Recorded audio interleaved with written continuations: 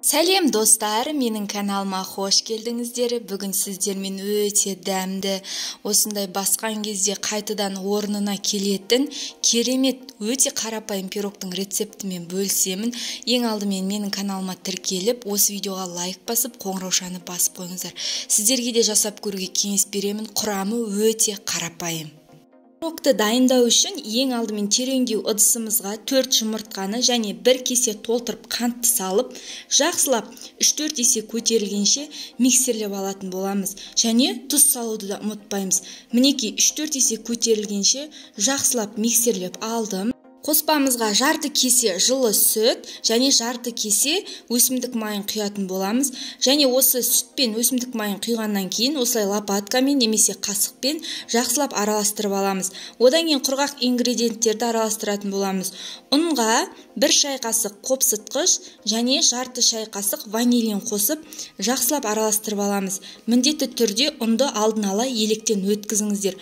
Ұнды салғаннан кейін осылай қасықпен немесе лопаткамен араластырамыз. Міндетті түрде миксермен араластыруға болмайды. Мендегі ұнның көлемі 140 грамм, яғни 1 кесе толар толмас ұн салдым. Мінекей түйіршік қалмайтындай етіп, соңына дейін жақсылап араластырып аламыз. Одан кейін осындай мен кольцоға пісірем. Менің кольцомның диаметрі 20 диаметрлік. Астына осындай фольганы жасап аламыз.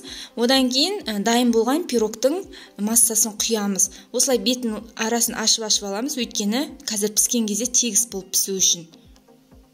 Пирогты 180 градуста 30 минутта пісіріп аламыз. Мінекей 30 минуттан кейін біздің пирогымыз пісті. Әбден суыға қойып қоямыз. Бірден ыдыстан босатпаймыз. Суығаннан кейін барып ыдыстан босатуға кеңес беремін.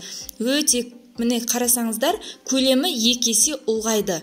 Бағана түбінде тұрады, міне көтеріліп піскеннен кейін осындай болып көлемі 2 есе ұлғайды. Мінекей мен ыдыстан босатып алдым. Өте керемет, дәмді. Арасына крем, пропитка құймай-ақ, өзі сондай влажный, пропитанный болып піседі. Міндетті түрде сіздерге де жасап көруге кеңес беремін. Қараңыздаршы, міне жүп жұмсақ, керемет. Енді үстінен басып көрсеңіздер де орнына қайтадан қайтып келеді. Қараңыздаршы, міне видеода көріп тұрсаңыздар, міне басамыз, орнына қайттан келеді. Прям бір губка сияқты. Дәмі де керемет. Міндетті түрде жасап көруге кеңес беремін. Егер сіздерде көбірек жасайтын болсаңыздар, құрамды 2 есеге көбейтуге кеңес беремін.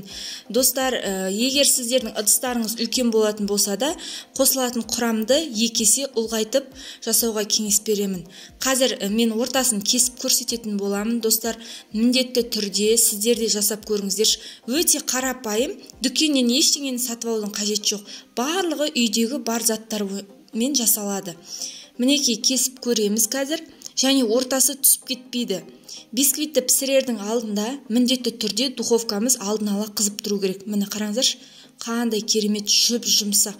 Келесіде менің каналымдағы рецепттерді бірінші болып көру үшін осы видеоға лайк басып, каналға тіркеліп, қоңыраушаны басып қойыңыздар.